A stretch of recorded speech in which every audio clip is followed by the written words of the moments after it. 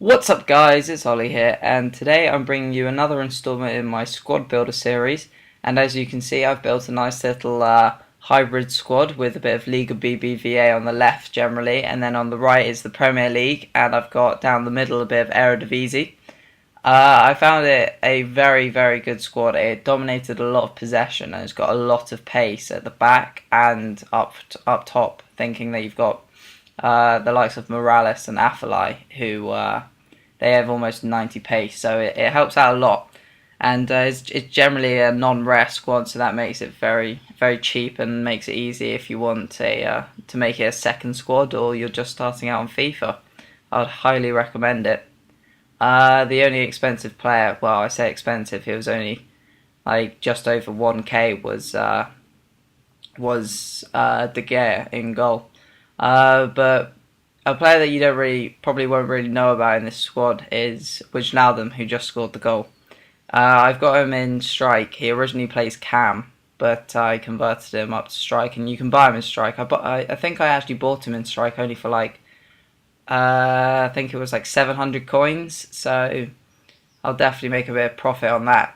So the reason I put him up in strike is I've used him at cam before, and he's got insane dribbling. The ball just sticks to his feet, and I think he has a 4 or 5 star weak foot, and off his right foot he's got an absolute cannon of a shot.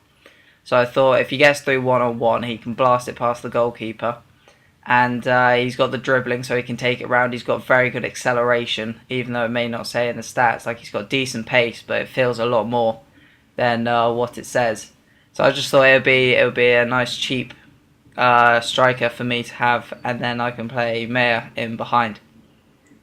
But what I want to talk about in this video is combating 3-5-2 formations, which is a very popular formation in this game.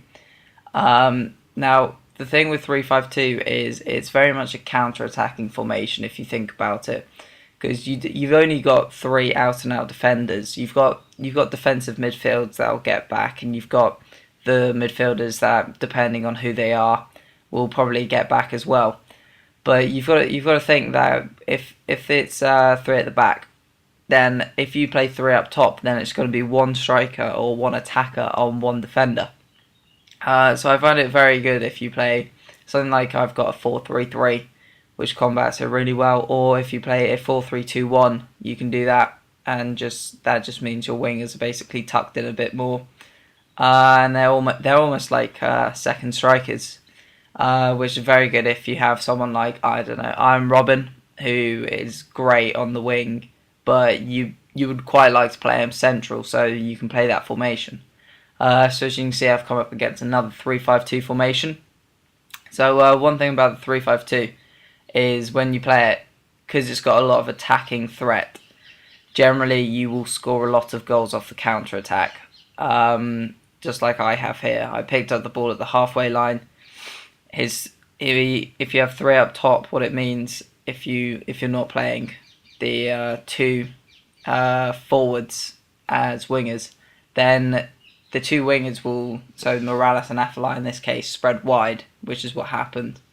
It pulled, I think it was David Luiz out wide, and made huge gaps between the centre-backs, which then one of my players just ran into, and I could just play a quick through ball in through there, and he's instantly pretty much in one-on-one with the goalkeeper.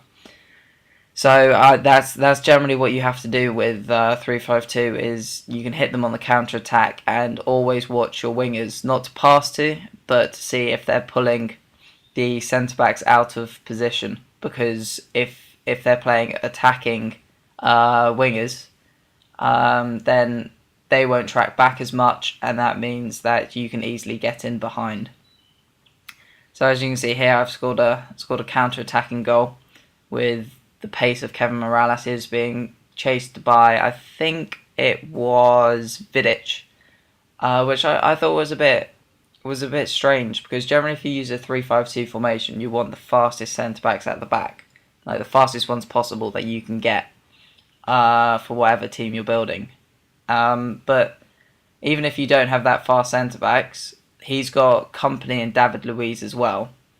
And generally what you'll want to do is you'll want to put the faster two on almost like the left centre back and right centre back spots. And then the central centre back, you want to have your slowest player, because that means that one-on-one, generally, they won't be running in behind directly.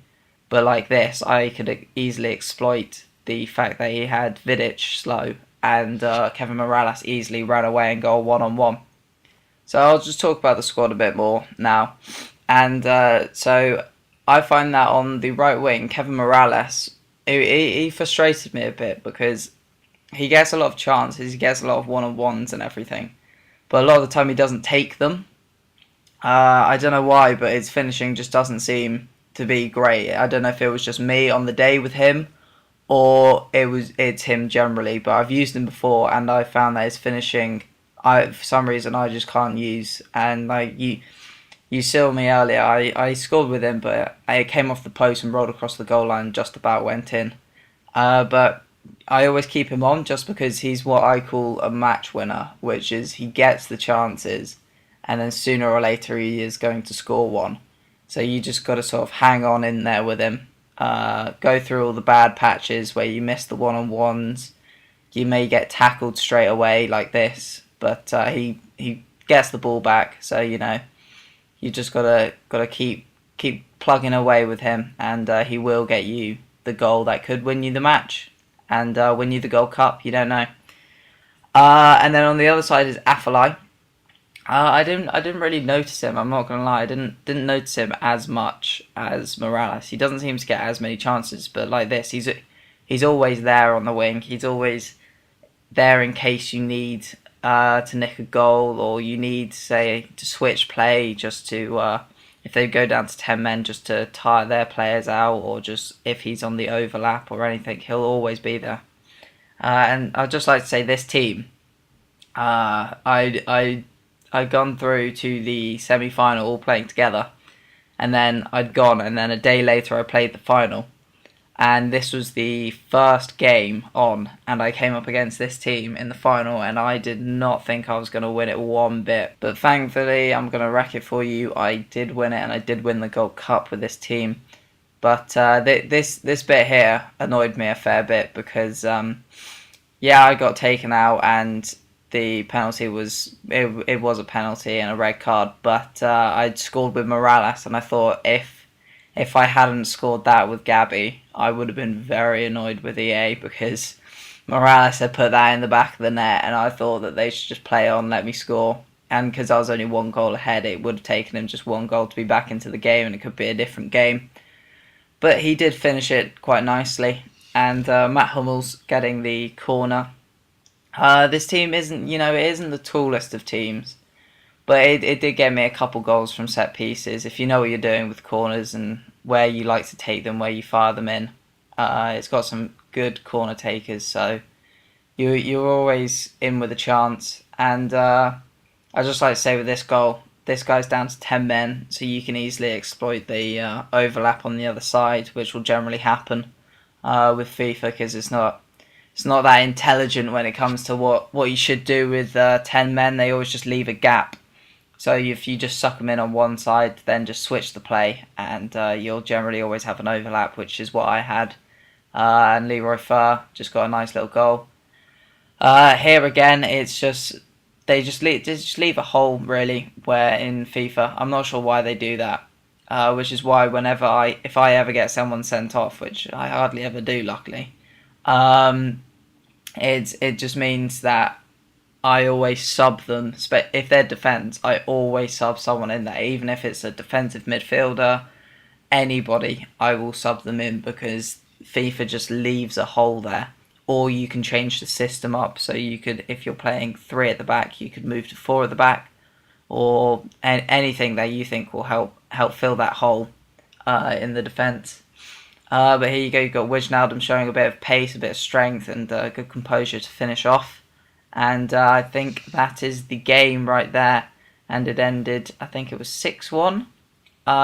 So it was quite an easy game for me to win. If you enjoyed the video, please give it a like, and subscribe if you want to stick around, and comment in the comment section if you used my squad builder, and if you enjoyed it and what you found good and bad about it. Thank you, and goodbye.